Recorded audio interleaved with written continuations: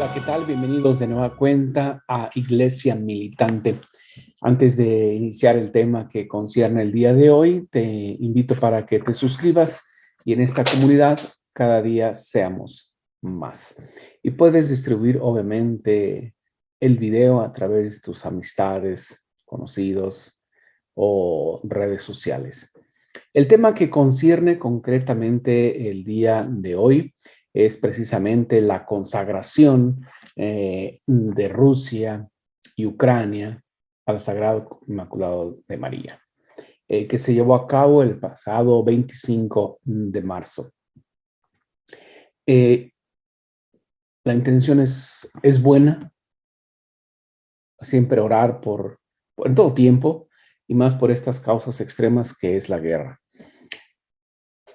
Sin embargo, la oración que fue dada en diferentes idiomas se ha, vamos a decir, se ha malinterpretado o se ha dado pie a la malinterpretación.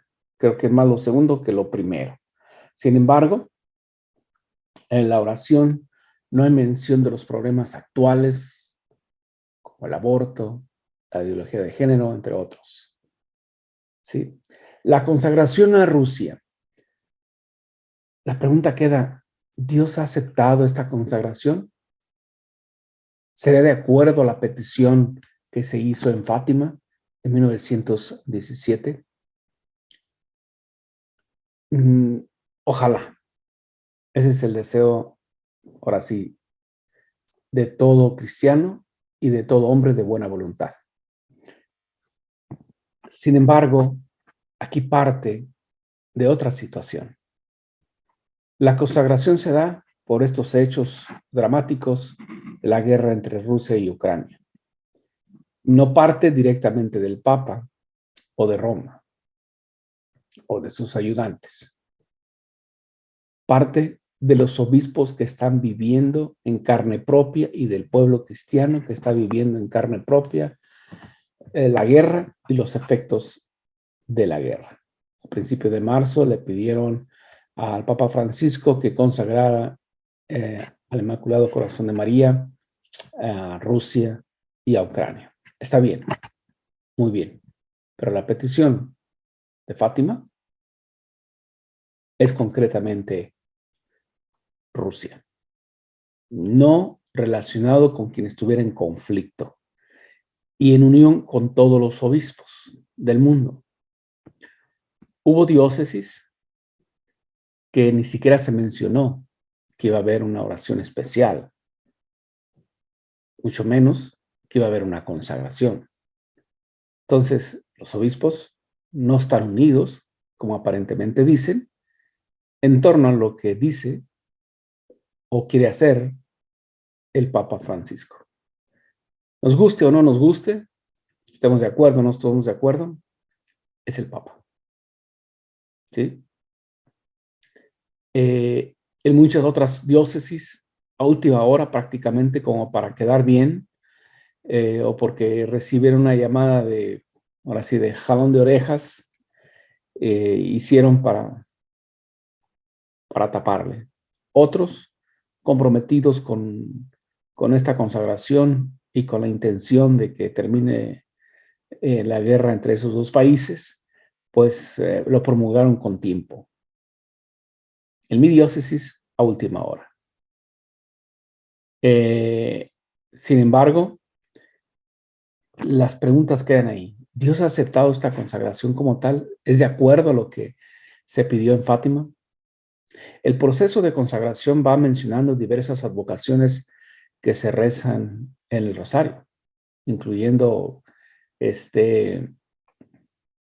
la petición, o mejor dicho, el ofrecimiento que hizo la Virgen María en el Tepeyac. No soy yo tu madre, no que no soy, estoy aquí, que soy tu madre. Sin embargo, los efectos de la consagración podría verse, no ahorita, no inmediatamente, quizás, no lo sabemos, ojalá así fuese, así como hizo la oración el día siguiente o en las horas, se realizaran los cambios. Sin embargo, los efectos de la consagración puede verse o se podrá ver a través de la historia, con el tiempo. Ojalá nosotros, nuestra generación, nos toque ver eso. Ojalá. Eso quiere decir que es en un corto tiempo inmediato.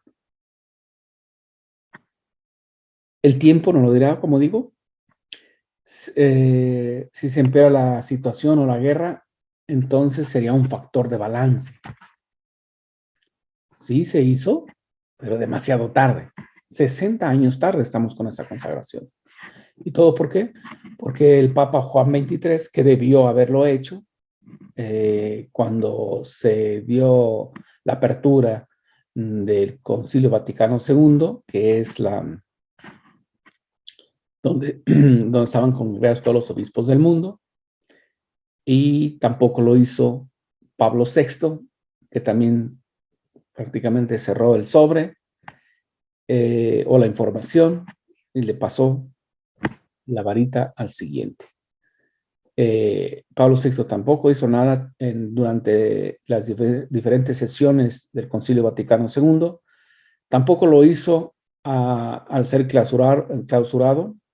Entonces, esos eran los momentos oportunos. Ahorita estamos muy tarde, con prácticamente 60 años de distancia.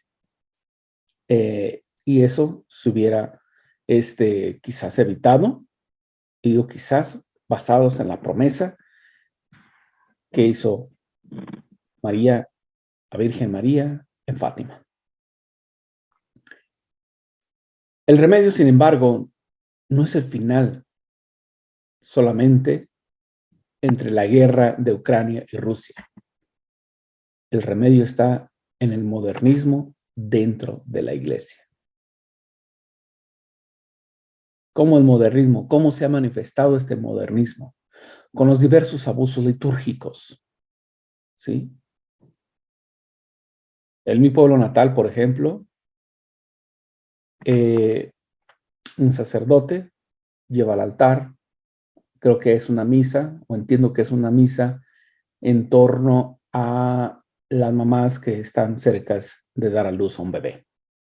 Está bien hacer una misa, ahora orar por ellas y hacerles un momento muy bonito, espiritual, y de entrega y de encomienda a Dios. Pero subirlas al altar, el momento de la consagración, es un abuso litúrgico. Así están las cosas. Otros, pues, hacen un show de la misa, como lo hemos puesto de manifiesto en otros videos, los puede ver a través de aquí en Iglesia Militante, en el canal de YouTube.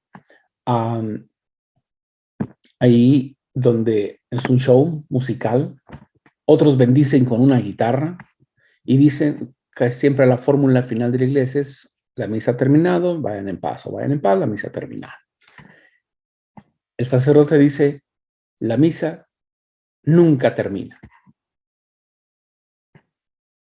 Entonces, sí, esos son los modernismos.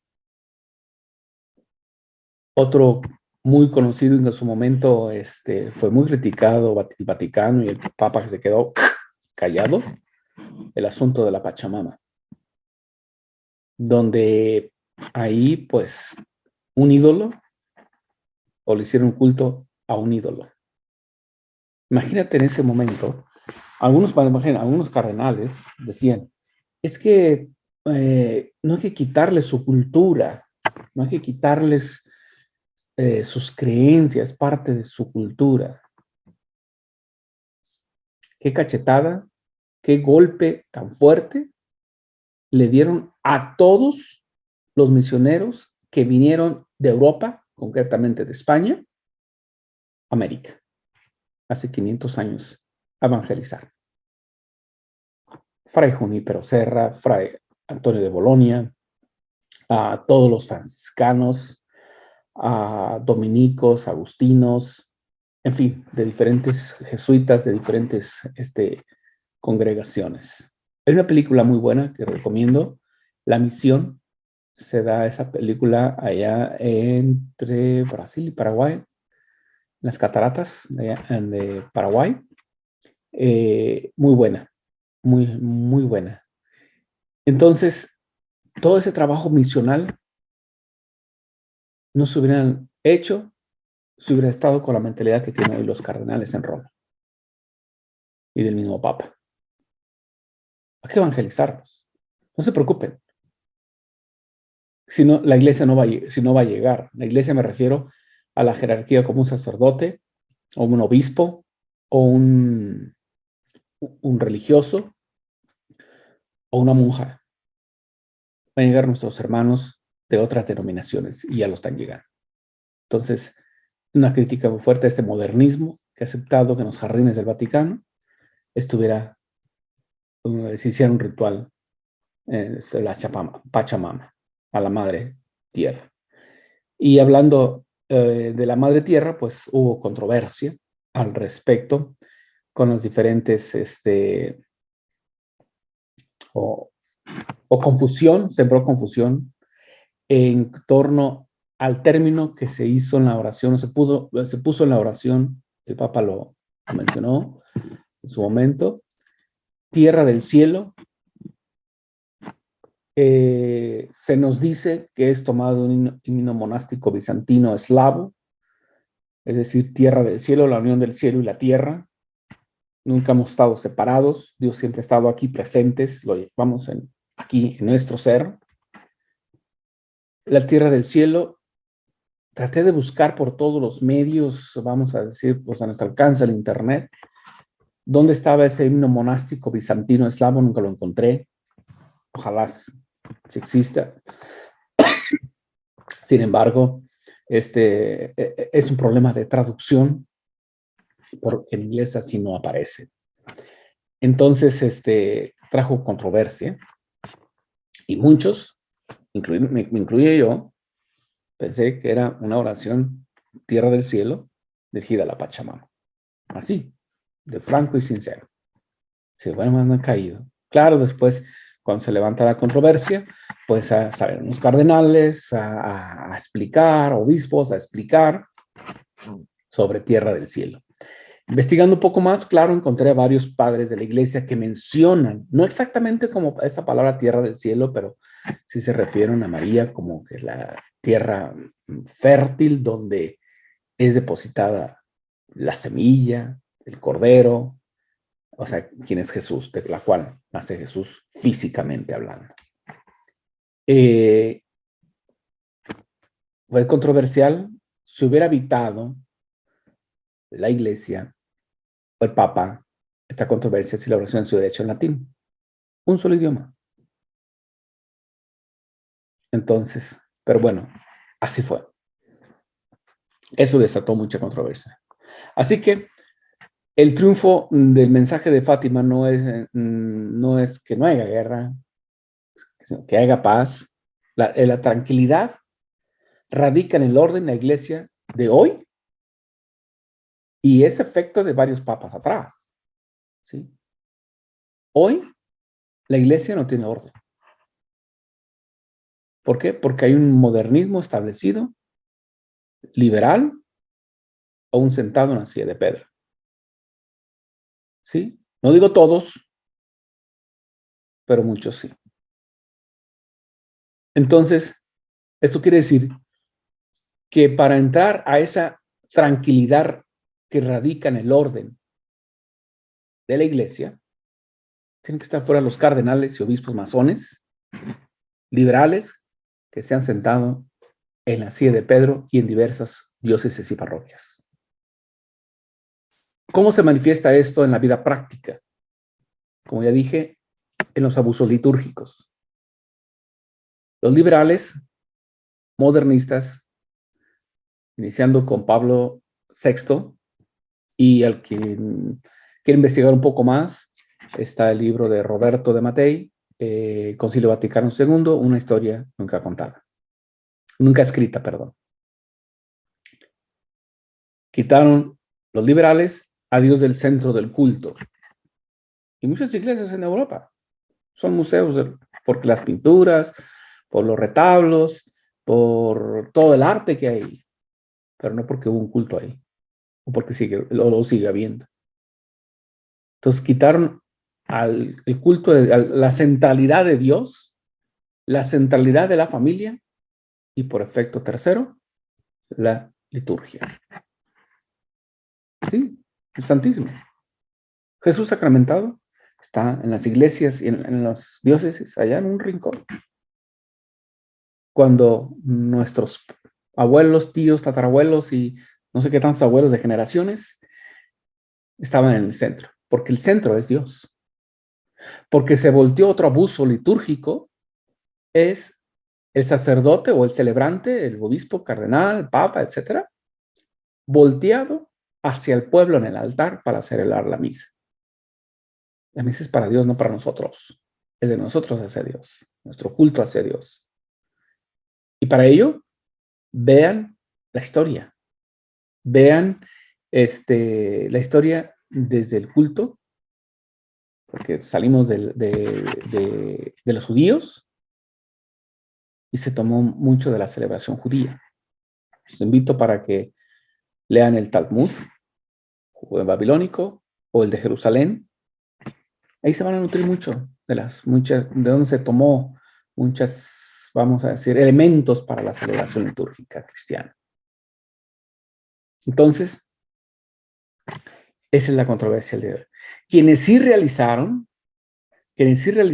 una consagración clara y directa hacia, de Rusia, hacia la Virgen o al Corazón Inmaculado de María, fueron la organización de San Pío X, y el cual es un obispo quien lo hace, que no está en comunión con Roma o con el Papa, es obispo legítimo. Me refiero a legítimo porque fue consagrado como tal por el señor Marcel Lefebvre. Mis respetos para él y para ellos y los que continúan esta obra de la Iglesia. Entonces, siguiendo todos los concilios, no solamente el Concilio Vaticano, sino todos los concilios y las enseñanzas y la doctrina de la Iglesia, ellos, la fraternidad de San Pío X, realizaron una consagración directamente de Rusia al Corazón Inmaculado de María.